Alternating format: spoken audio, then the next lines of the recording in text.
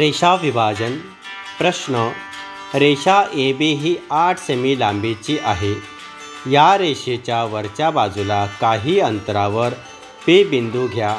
या दिलेल्या P बिंदूतून रेषा ए बीवर लंब काढा.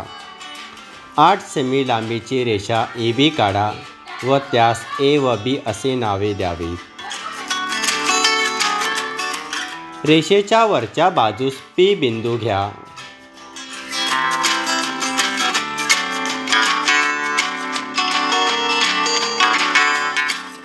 P हे केंद्र घेऊन सोयीस्कर त्रिज्येने ए बी रेषेला X व Y मध्ये छेदणारा कंस काढा. त्यास X व Y असे नावे द्यावीत.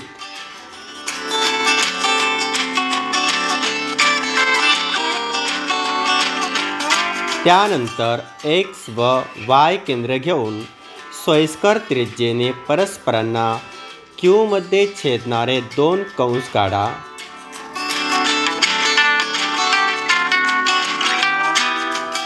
कंस काढल्यानंतर रेषा P व Q काढा. रेषा PQ हा रेषा ए बी वरील इष्ट लंब होय.